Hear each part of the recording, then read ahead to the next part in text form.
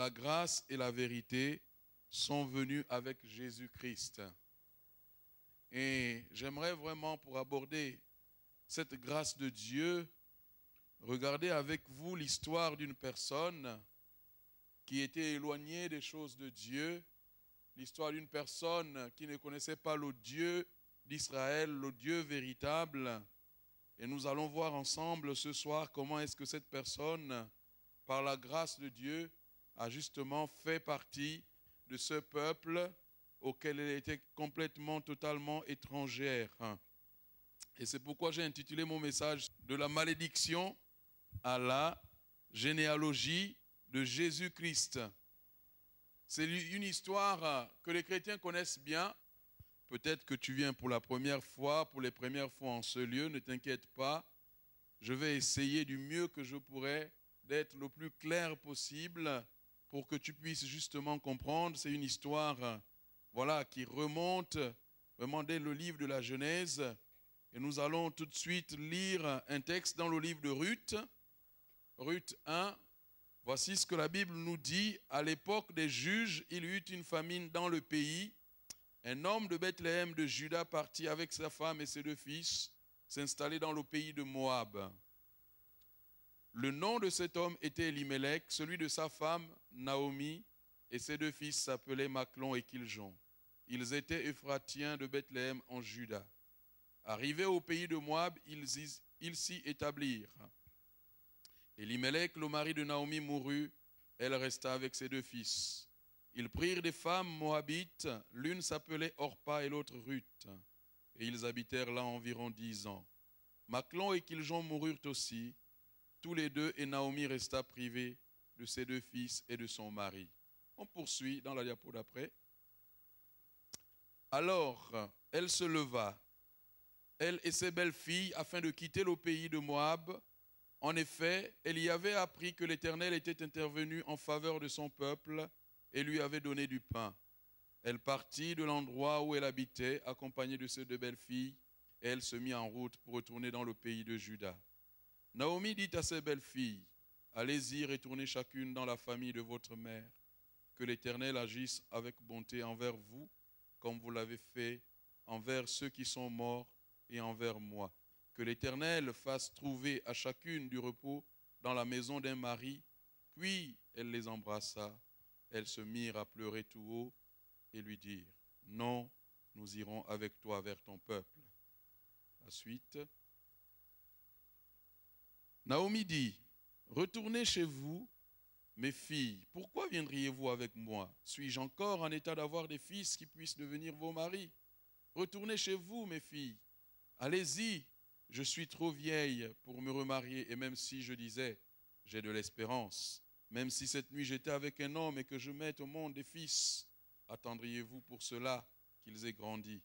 Refuseriez-vous pour cela de vous marier? Non, mes filles, car à cause de vous, je suis dans une grande amertume, parce que l'Éternel est intervenu contre moi. » Elles se mirent à pleurer tout haut. Orpa embrassa sa belle-mère, mais Ruth lui resta attachée. On poursuit. Naomi dit à Ruth, « Tu vois ta belle-sœur est retournée vers son peuple et vers ses dieux. Retourne chez toi comme elle. » Ruth répondit, « Ne me pousse pas à te laisser à repartir loin de toi. Où tu iras, j'irai. Où tu habiteras, j'habiterai. Ton peuple sera mon peuple et ton Dieu sera mon Dieu. Où tu mourras, je mourrai et j'y serai enterré. Que l'Éternel me traite avec la plus grande sévérité, si autre chose que la mort me sépare de toi. » La voyant décidée à l'accompagner, Naomi cessa d'insister auprès d'elle. Elles firent ensemble le voyage jusqu'à leur arrivée à Bethléem. Lorsqu'elles entrèrent dans Bethléem, toute la ville fut dans l'agitation. À cause d'elle, les femmes disaient, « Est-ce bien Naomi ?» L'histoire d'une femme appelée Ruth. Vous savez que cette histoire commence avec une famille qui, à cause d'une sécheresse qui va entraîner la famine dans leur contrée, va quitter son pays. Cette famille composée de 4 membres, un mari, son épouse et leurs 2 fils, vont quitter leur village, leur ville où ils habitaient pour se rendre dans un pays étranger afin de trouver un mieux vivre, parce qu'il y avait la famine justement à Bethléem, à Juda, et là, ils vont quitter Bethléem, ils vont se rendre dans le pays de Moab, et ils vont s'établir. Certainement qu'ils étaient partis au départ, juste peut-être pour trouver des vivres, mais finalement, la Bible nous dit dans ce que nous avons lu, qu'ils vont s'établir. Ils vont s'établir dans ce pays, et ils vont mener leur vie là, finalement. Et en menant leur vie, la Bible nous dit que le mari, le chef de famille, vient à mourir. Et Naomi va être veuve. Ses deux fils, Machlon et Kiljon, vont se marier avec les femmes de ce pays étranger, donc des Moabites, Orpa et Ruth. Et la Bible nous dit aussi que les deux fils de Naomi vont finalement mourir et ne vont laisser aucun héritier. Donc à Naomi, à travers bien évidemment ces deux belles filles, Orpa et Ruth. Et là, Naomi, finalement, elle a dû se dire, en entendant aussi, bien sûr, cela a permis à Naomi de prendre sa décision. Elle a appris que Dieu a visité, c'est-à-dire que l'abondance est revenue dans son pays, que là où il y a eu la famine, qui les a fait se lever de leur pays pour se rendre dans un pays étranger, ils vont apprendre que finalement Dieu a visité le pays de Juda et que l'abondance est de retour. Et toutes ces choses vont coïncider justement avec le fait que Naomi n'a plus vraiment d'attache dans ce pays, à part ces deux belles filles qui sont Orpa et Ruth. Et là, elle va prendre la décision de retourner dans son pays de Juda, donc de retourner en Juda. Et comme vous savez, en Israël, lorsqu'on était marié à cette époque, lorsqu'on était marié, la femme, lorsqu'elle perdait son mari, donc elle devait normalement rester dans la famille de son mari. Alors je ne veux pas vous expliquer longuement ce soir, sinon ça va être toute la nuit, vous expliquer ce que c'est, toutes ces coutumes en Israël, mais l'essentiel c'est que lorsqu'une femme était mariée, et je crois qu'il y a même encore des cultures aujourd'hui dans le monde qui pratiquent cela. Vous savez, moi j'ai vécu personnellement cela dans ma propre famille. Lorsque mon père est décédé, alors ma mère est allée en veuvage dans la famille de mon père, et au bout d'une année de veuvage, il fallait que la famille de mon père décide finalement avec qui elle devait se marier à nouveau. Ce n'est pas son choix, c'est comme ça, c'est une tradition, c'est une coutume. Et voilà, et donc, voilà, ma mère a dû épouser un neveu, on va dire, de mon père. Et puis, c'est comme ça que nous sommes restés avec un beau-père, neveu de mon père. Et bien voilà, donc c'était des coutumes qui étaient comme ça. Et donc, Orpa et Ruth, qui sont veuves, tout comme leur belle-mère, en fait, elles sont attachées à Naomi, leur belle-mère, parce que, effectivement, elles se disent, c'est à nous finalement, peut-être, de nous en occuper, c'est à nous d'en prendre soin. Parce que finalement, Naomi, comme elle le dit dans le texte que nous avons lu, elle n'avait plus de fils qui pouvaient justement remplacer leur frère. C'est pour cette raison d'ailleurs que Naomi va dire à ses deux belles filles, écoutez, moi je retourne dans mon pays, je n'ai plus de fils, vous retournez, vous restez dans votre pays, le pays de Moab, moi je retourne en Juda, parce que je n'ai plus de fils qui pourraient justement assurer la succession de leur frère. Et là, lorsque Naomi va s'adresser à ces deux belles filles, la Bible nous dit que les deux vont prier, elles vont pleurer, elles vont crier de pleurs, parce que la séparation c'est toujours quelque chose de très douloureux. Et là, Naomi va insister. Elle va dire, écoutez, il faut que vous retourniez. Elle va insister. Et puis là, elles vont pleurer, elles vont dire, non, nous irons vers ton peuple. Et en insistant encore, et il y a une des belles filles, Orpa, qui elle, va venir embrasser sa belle-mère. Elle va retourner dans son pays, du moins elle va rester dans son pays de Moab. Comme le dit Naomi, elle va retourner vers son peuple et c'est Dieu. Et là, il y en a une qui reste, c'est Ruth. Et puis, Naomi va dire à Ruth, mais regarde ta belle-sœur, elle est retournée vers son peuple et ses dieux. Et toi, qu'attends-tu? Fais de même. Retourne comme ta belle-sœur dans ta patrie. Vas-y, tu trouveras un mari qui va s'occuper de toi, quelqu'un qui va t'épouser certainement et qui s'occupera de toi, vu que moi, je n'ai plus quelqu'un pour vous proposer à la succession de mes fils qui sont décédés.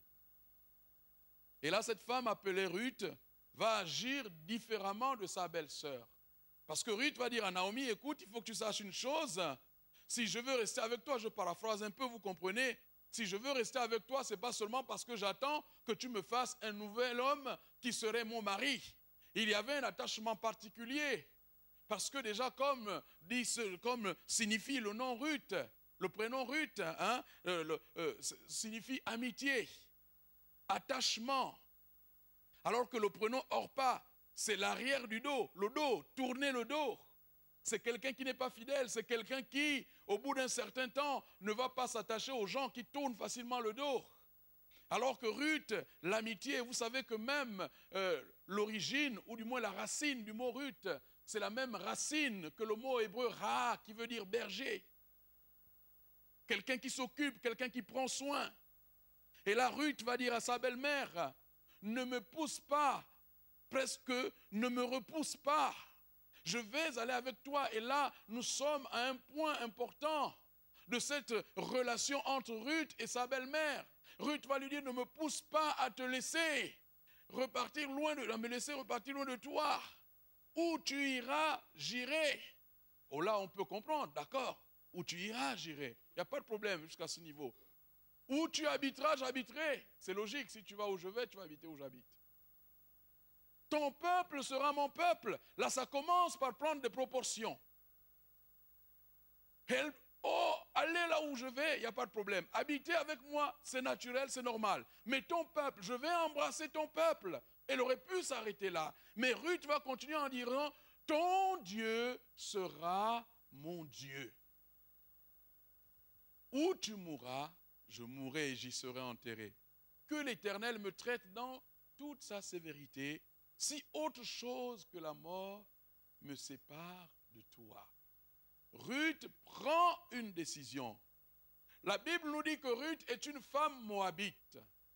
Juste pour comprendre ce que c'est le moabite, nous allons lire un texte tout de suite dans le livre, donc la diapo qui suit. Ils ne suivent pas eux. Dans le livre de la Genèse, nous allons voir d'où vient justement le peuple des Moabites. La Bible nous parle d'un homme appelé Lot. Lot, c'était le neveu d'Abraham. Et Abraham, c'est celui qu'on appelle le père de la foi, qui est le père d'Isaac, le grand-père de Jacob, qui est justement le patriarche qui a donné naissance aux 12 tribus d'Israël, dont fait partie la tribu de Juda, qui nous intéresse particulièrement ce soir. Et la Bible nous dit que ce neveu d'Abraham va habiter donc dans une contrée appelée Sodome et Gomorrhe, à cause du péché qui est pratiqué dans cette ville, à cause de la mentalité du peuple qui habitait dans cette ville. Dieu va se résoudre justement à intervenir de manière rigoureuse, radicale, en rayant ces deux villes justement. Et la Bible nous dit que parce que Lot était attaché à Abraham, donc Dieu va l'épargner avec sa famille. Malheureusement, sa femme va décéder parce qu'elle ne va pas respecter les instructions des anges qui vont venir justement pour exécuter la sentence de Dieu. Et donc Lot va quitter Sodome et Gomorrhe. Et la Bible nous dit qu'il va s'installer à Tsoar. Et à partir de Tsoar, la Bible nous dit Lot va quitter Tsoar pour la hauteur et s'installa dans la montagne avec ses deux filles. Car il avait peur de rester à Tsoar. Il habita dans une grotte avec ses deux filles. L'aînée dit à la plus jeune, « Notre père est vieux, et il n'y a pas d'homme dans la région pour s'unir à nous comme cela se fait partout. Viens, faisons boire du vin à notre père, et couchons avec lui, afin de lui donner une descendance. » Les deux filles de Lot tombèrent enceintes de leur père. L'aînée mit au monde un fils qu'elle appela Moab. C'est l'ancêtre des Moabites jusqu'à aujourd'hui. La plus jeune mit aussi un fils au monde, elle l'appela Ben-Ami, c'est l'ancêtre des Ammonites jusqu'à aujourd'hui. Voici un peu l'historique de ce peuple, les Moabites. Donc les Moabites, c'est un peuple qui est complètement éloigné de Dieu. C'est un peuple qui a la malédiction sur sa vie. Pourquoi est-ce que ce peuple a la malédiction sur sa vie? On va lire tout de suite le texte qui suit dans Deutéronome 23. Et on va comprendre, on va mieux comprendre. Voici ce que la Bible nous dit. Ce que Dieu va dire à Moïse. Il va dire, celui qui est issu d'une union interdite n'entrera pas dans l'assemblée de l'Éternel. Même sa 10e génération n'y entrera pas. L'Ammonite, vous voyez, l'Ammonite, c'est-à-dire l'Ammonite et le Moab n'entreront pas dans l'assemblée de l'Éternel. même à la 10e génération, et ce, pour toujours. Parce qu'ils ne sont pas venus à votre rencontre avec du pain et de l'eau sur le chemin de votre sortie d'Égypte. Et parce qu'ils ont soudoyé à tes dépens Balaam, fils de Béor de Pétor, en Mésopotamie pour qu'il te maudisse. Mais l'Éternel, ton Dieu, n'a pas voulu écouter Balaam, et il a changé pour toi la malédiction en bénédiction parce qu'il t'aime. Voici d'où vient le peuple des Moabites. Les Moabites constituent un peuple maudit, un peuple dont l'ancêtre est issu d'une relation incestueuse entre un père et sa fille aînée. Et la Bible nous dit que Dieu a décrété que toute personne qui naisse d'une relation incestueuse ou une relation illégitime ou une relation, comme nous l'avons lu, voilà, interdite, Dieu va dire cette personne est privée du droit de citer au milieu du peuple, du moins du peuple de Dieu, de l'assemblée de l'Éternel. C'est-à-dire que cette personne n'avait pas droit à l'assemblée de l'Éternel. Et la Bible nous dit que Ruth est une Moabite. Donc Ruth était éloignée, elle était étrangère aux choses de Dieu. Ruth ne connaissait pas Dieu. La malédiction était sur sa vie. Et en plus, il y avait une double malédiction sur la vie des Moabites. Du fait d'être issus d'une union incestueuse et d'avoir également refusé justement leur générosité, leur hospitalité même au peuple hébreu lorsque celui-ci est sorti d'Égypte. Et donc c'est un peuple qui est doublement frappé, qui n'a pas le droit d'avoir accès à la présence de Dieu, qui est étranger aux choses de Dieu, aux coutumes du Dieu d'Israël. Donc ils ont leur propre Dieu, comme l'a dit Naomi, justement lorsqu'elle parle d'Orpa qui retourne dans son peuple, vers son peuple, et c'est Dieu. Donc c'est un peuple qui est étranger. Et c'est de cette femme dont il est question ce soir. Cette femme qui ne pouvait même pas espérer. Espérer un jour, parce que la Bible nous dit ce pour toujours. Est-ce que Dieu a changé? Est-ce que Dieu c'est quelqu'un qui change comme ça? La Bible nous dit qu'il est le même hier, aujourd'hui, éternellement. Non, non pas que Dieu ait changé. Dieu est resté le même. Mais nous allons voir que cette femme, à cause de son attitude, va susciter le mouvement, va susciter que la grâce de Dieu soit mise en mouvement. C'est son attitude qui va faire que la grâce de Dieu soit mise en mouvement. Parce que Ruth n'était pas meilleure que les autres. Elle n'était pas meilleure qu'Orpa. Elle n'était pas meilleure que toutes les femmes moabites. Elle n'était pas meilleure que tous les hommes et les femmes du peuple de Moab. Mais seulement l'attitude de cette femme va faire la différence. L'attachement de cette femme à sa belle-mère va faire la différence. Et c'est parce que cette femme va s'attacher à sa belle-mère Naomi que justement cette femme va également s'attacher au Dieu d'Israël. Le véritable Dieu. C'est un sacrifice qu'elle fait, cette femme. Nous n'aimons pas les sacrifices. Le sacrifice qu'elle fait, c'est qu'elle quitte sa patrie. Elle choisit de quitter ses dieux. Elle choisit de quitter son peuple. Elle dit à Naomi, par-dessus tout ce que je peux avoir à tes côtés, je choisis ton Dieu comme étant désormais le mien. Et c'est là où les choses prennent une tournure importante. Je choisis ton Dieu. Qui as-tu choisi, mon ami? Est-ce que tu choisis les choses de ce monde qui peut-être peuvent te faire plaisir un temps? Les choses de ce monde qui peuvent peut-être te donner, je ne sais pas, de la satisfaction, mais un temps seulement. Mais Ruth n'a pas choisi de rester pour contempler, pour être au bénéfice des choses de ce monde que son peuple pouvait lui offrir, que peut-être même l'adoration de ses dieux pouvait lui offrir. Mais elle a fait le choix de se sacrifier en acceptant et en suivant le Dieu d'Israël, le Dieu de Naomi, qui était un Dieu complètement étranger pour elle. Elle ne connaissait pas le Dieu d'Israël. Elle avait ses dieux, elle avait ses coutumes, elle avait ses us, elle avait ses traditions. Elle ne connaissait même pas dans quoi elle s'engageait. Mais elle savait juste qu'en allant avec Naomi, elle s'attachait également au Dieu de Naomi qui est le Dieu d'Israël. L'attachement de cette femme va faire la différence. Et c'est pourquoi plus tard, lorsque Ruth va arriver à Bethléem avec sa belle-mère, là encore, ce soir, je ne vous expliquerai pas ce que c'est le droit de rachat, sinon on va y rester jusqu'à 6 heures du matin. Et j'ai peur pour ceux qui travaillent très tôt. Donc parce que, voilà, je me soucie pour vous. Je vous dis simplement que lorsque Ruth va arriver, parce que c'était comme ça en Israël, c'est-à-dire que lorsque une femme était devenue veuve et qu'elle n'avait plus, bien évidemment, de mari ou d'héritier, venant de son mari, il y avait ce qu'on appelle un droit de rachat. Pour beaucoup d'autres choses également, mais en ce qui concerne justement pour la filiation, il y avait un droit de rachat. Et lorsque Ruth et Naomi vont arriver à Bethléem, il va y avoir une rencontre divinement providentielle qui va se passer. Justement avec un homme de la famille du défunt mari de Naomi, la belle-mère de Ruth. Et cet homme appelé Boaz. Donc c'est quelqu'un qui va avoir le droit de rachat sur justement l'héritage d'Elimelech, le mari de Naomi, de Machlon et Kiljon, les fils de Naomi. Et à ce titre, elle avait également le droit de rachat de Ruth comme étant son époux, pour la prendre justement comme épouse. Et donc cet homme va épouser Ruth, et nous allons voir maintenant dans la diapo qui suit ce qu'il va se passer.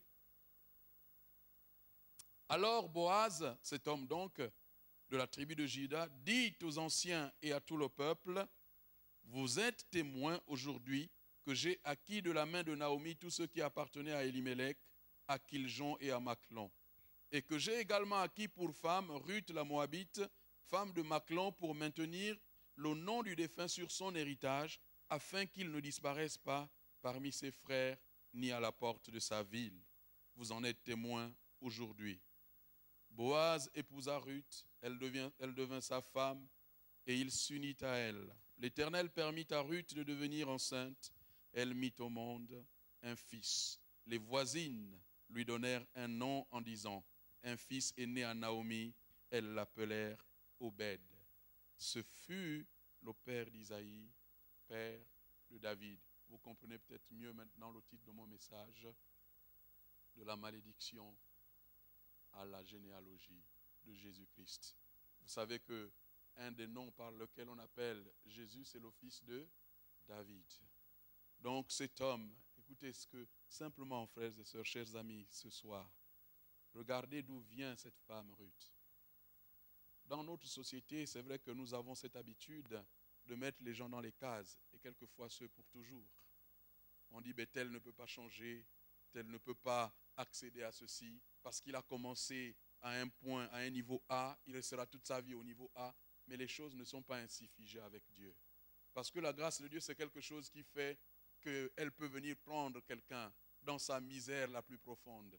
En l'occurrence, la misère de Ruth ici n'était pas une misère matérielle, mais c'était une misère morale, une misère spirituelle, une misère qui faisait qu'elle était dans la malédiction, qu'elle était sous la malédiction, parce que justement elle ne pouvait jamais avoir accès à cette présence de Dieu, avoir accès aux choses de Dieu, à cause de son héritage naturel, qui la privait du droit de cité au milieu de l'assemblée de l'Éternel, parce qu'elle était issue d'un ancêtre qui lui-même était issu justement de cette relation incestueuse. Et alors, cette femme va arriver et miraculeusement, divinement, elle va justement rentrer dans la généalogie du Messie. Elle va devenir la grand-mère de David. Elle qui ne connaissait pas Dieu, dans la pensée humaine, cela est impossible. C'est pour cela que Jésus dira en son temps, mais ce qui est impossible à l'homme est possible à Dieu, parce que rien n'était possible à Dieu. Tout est possible pour lui. Dans la pensée humaine, il n'aurait jamais venu à un Israélite même de penser que justement une femme étrangère, une Moabite, puisse être dans la lignée du Messie. Et si nous retournons une génération en arrière, on voit encore là quelque chose d'étonnant de la part de Dieu. Parce que vous voyez, la mère de Boaz, c'était une prostituée. La mère de Boaz, c'est Rahab la prostituée. Pour ceux et celles qui connaissent l'histoire de la Bible, ils savent que Rahab, c'est cette femme qui, lorsque Josué va envoyer des espions dans Jéricho, c'est cette femme justement qui va accueillir les espions israélites, qui va les accueillir et qui va même leur donner des conseils, qui va leur dire ce qu'il se passe dans la ville de Jéricho par rapport au peuple d'Israël. Et cette femme va rentrer également parce qu'elle va faire comme une alliance avec le peuple d'Israël. Elle va rentrer dans le peuple, elle va intégrer justement le peuple de Dieu. Cette femme également, c'était une prostituée. C'était une femme de mauvaise vie. Peut-être te dis-tu ce soir, oh, ma vie est une catastrophe. Dieu te dit, j'aime ta vie parce que c'est une catastrophe. Parce que j'ai un plan pour toi. Parce que j'ai une solution. J'ai un avenir pour toi. J'ai des projets pour toi. Rahab ne savait pas que sa vie allait finir en intégrant la lignée du Messie. Alléluia. Elle ne le savait pas. Elle était à Jéricho à faire sa prostitution. Mais Dieu ne l'a pas regardée comme une prostituée. Ce n'est pas l'objet de mon message ce soir. Mais quand vous regardez à chaque fois qu'une ville était prise, le butin était récupéré. Mais à Jéricho, il n'en a pas été ainsi. Le butin n'a pas été récupéré parce que le but de Dieu, c'était d'aller chercher Rahab. Dieu avait vu en cette femme, une femme potentiellement à introduire, à intégrer dans la lignée du Messie. Et ce soir, Dieu te voit comme quelqu'un d'important. Ce soir, Dieu te voit comme quelqu'un à sauver. Peut-être te dis-tu, oh, je ne suis pas important. Que ma vie passée, oui, ta vie passée peut te bloquer. Mais ton passé ne fait pas peur à Dieu. Au contraire, la Bible dit que Dieu est celui qui transforme la malédiction en bénédiction. Il veut prendre ton passé calamiteux, ton passé qui est peut-être comme un boulet que tu traînes à tes pieds. Il veut te dire ce soir, il veut te dire, je veux te donner un avenir. Je veux te donner un avenir. Pourquoi? Parce que Dieu a mis fin à la malédiction de Ruth. Parce que Ruth a accepté d'abord d'intégrer le peuple de Dieu. Ruth a accepté le Dieu d'Israël comme étant son Dieu. Vous savez, lorsqu'on regarde la Bible, je peux me tromper, mais en regardant la Bible, je me suis rendu compte d'une chose, que la seule généalogie dans la Bible où il y a des femmes qui sont marquées dedans, c'est la généalogie de Jésus. Et pas des femmes qu'on peut, nous, justement, devant lesquelles on pourrait se prosterner. Ce n'est pas des reines, c'est des femmes de mauvaise vie. Et si vous regardez déjà dès le commencement, frères et sœurs, chers amis, Judas lui-même qui est le patriarche de la tribu de Judas. Si vous regardez comment est-ce qu'il a assuré justement la succession de cette tribu de Judas, c'est déjà avec une situation calamiteuse. Parce que celui qui est l'aïeul, on va dire à partir de Judas, celui qui est l'aïeul de David et de Jésus qu'on appelle Péretz, qui avait un jumeau appelé Zérak, sont nés aussi d'une relation interdite. Cette relation qu'il y eut entre Judas et sa belle-fille Tamar. Regardez comment Dieu fait les choses. Est-ce que tu vas te priver ce soir de cette merveilleuse grâce de Dieu en te disant je n'en vaux pas la peine? Mais c'est un bon commencement. Si tu crois, tu es convaincu par toi-même ce soir que tu n'en vaux pas la peine, c'est un excellent commencement. C'est là que Dieu prend le relais pour manifester justement sa grâce. Cette femme n'avait pas le droit de citer au milieu de l'assemblée de Dieu, l'assemblée de l'Éternel, comme la Bible le dit. Mais parce qu'elle a choisi Dieu, la grâce de Dieu est venue rencontrer sa fidélité, son attachement. Toi aussi, justement, tu peux connaître ces choses. Elles ne sont pas révolues. Parce que comme la Bible nous dit, nous allons conclure. La Bible nous dit, la diapo qui suit, voici ce que la Bible nous dit. Si quelqu'un est en Christ, il est une nouvelle créature. Les choses anciennes sont passées, voici toutes choses sont devenues nouvelles. Et qui c'est qui fait cela? Tout cela vient de Dieu, qui nous a réconciliés avec lui par Jésus-Christ et qui nous a donné le ministère de la réconciliation. C'est le ministère de la parole que j'exerce modestement ce soir. Par la parole de Dieu réconcilier peut-être quelqu'un ce soir qui ne l'est pas encore. Dieu était en Christ, il réconciliait le monde avec lui-même en ne chargeant pas les hommes de leurs fautes. Et il a mis en nous la parole de la réconciliation. Et l'apôtre Paul dira dans son épître aux Romains, il n'y a donc maintenant aucune condamnation pour ceux qui sont en Christ, qui ne vivent plus conformément à leur nature propre, mais conformément à l'esprit, c'est-à-dire qui ne vivent plus selon leur héritage naturel, tout comme Ruth vivait. Son héritage naturel la privait de pouvoir faire partie du peuple de Dieu, la privait de pouvoir accéder aux choses de Dieu, son héritage naturel. Peut-être me dis-tu, je suis né dans un peuple où il y a une religion qui est complètement éloignée du christianisme. Dieu te dit, il t'aime quand même et il veut manifester sa grâce envers toi. Tu te dis peut-être, mais Ulrich, tu ne sais pas les choses que j'ai commises dans ma vie. J'ai touché à la magie, j'ai touché à toutes ces choses qui concernent la divination, toutes ces choses. Le Seigneur te dit ce soir, c'est le jour de ta grâce. Il veut te toucher par sa grâce. Il veut que tu saches que Jésus-Christ est venu sur le bois de la croix pour mettre fin à la malédiction. Il a pris tous les péchés, il a pris toute la souffrance, il a pris le châtiment qui revenait à tout homme, à toute femme, à cause de son péché. Jésus-Christ l'a pris. Et c'est pour cette raison que l'apôtre Paul dit, si tu es en Christ, tu es une nouvelle création, il n'y a maintenant plus de condamnation dans ta vie. Parce que lorsque tu es en Christ, Dieu te regarde comme étant quelqu'un qui est complètement lavé. Christ a pris ton péché. Christ a pris ta malédiction. Ce soir, toi aussi, tu as besoin, comme Ruth l'a fait en son temps, tu as besoin simplement de prendre une décision. Tu as besoin de t'engager en disant, j'accepte ce Jésus-là comme étant mon sauveur et mon Seigneur. Je veux le suivre parce que c'est en lui que Dieu a mis toute consolation, c'est en lui que Dieu a mis toute grâce, c'est en lui que Dieu a mis toute vérité. Et parce que toutes choses sont en Christ, toi aussi ce soir, comme Ruth l'a fait en son temps, en choisissant le Dieu d'Israël, toi tu peux choisir Jésus-Christ de Nazareth comme ton sauveur et ton Seigneur. Et tu mettrais ainsi fin à ta malédiction. Quel qu'a été ton passé? Quelle qu'a été ta vie que tu as subi? Tu as même peut-être subi des choses atroces dans ta famille. Tu as peut-être connu le viol, tu as connu la médisance, le mépris. Mais Jésus te dit ce soir, j'ai porté ton mépris, j'ai porté la souffrance de ton viol et je viens te libérer ce soir. Je viens te donner un avenir. Je viens te donner des projets qui sont des projets de paix parce que la grâce de Dieu nous introduit dans la paix de Dieu. Ce soir, c'est à toi de prendre ta décision. C'est à toi qu'il revient de choisir, peut-être comme Orpa, de retourner dans ta vie que tu as toujours vécue. Mais moi, je te conseille de faire le choix de Ruth. Je te conseille d'emboîter les pas de Ruth. Emprunte les pas de Ruth cette soir. Parce que ce que Dieu désire pour chaque homme, chaque femme, c'est que ceux-ci soient sauvés, qu'ils parviennent à la connaissance de son Fils. Ce soir, simplement, nous sommes là devant le Seigneur, frères et sœurs, chers amis. Dieu t'interpelle. Il t'interpelle, il te dit, est-ce que tu vas rester dans ta condition ?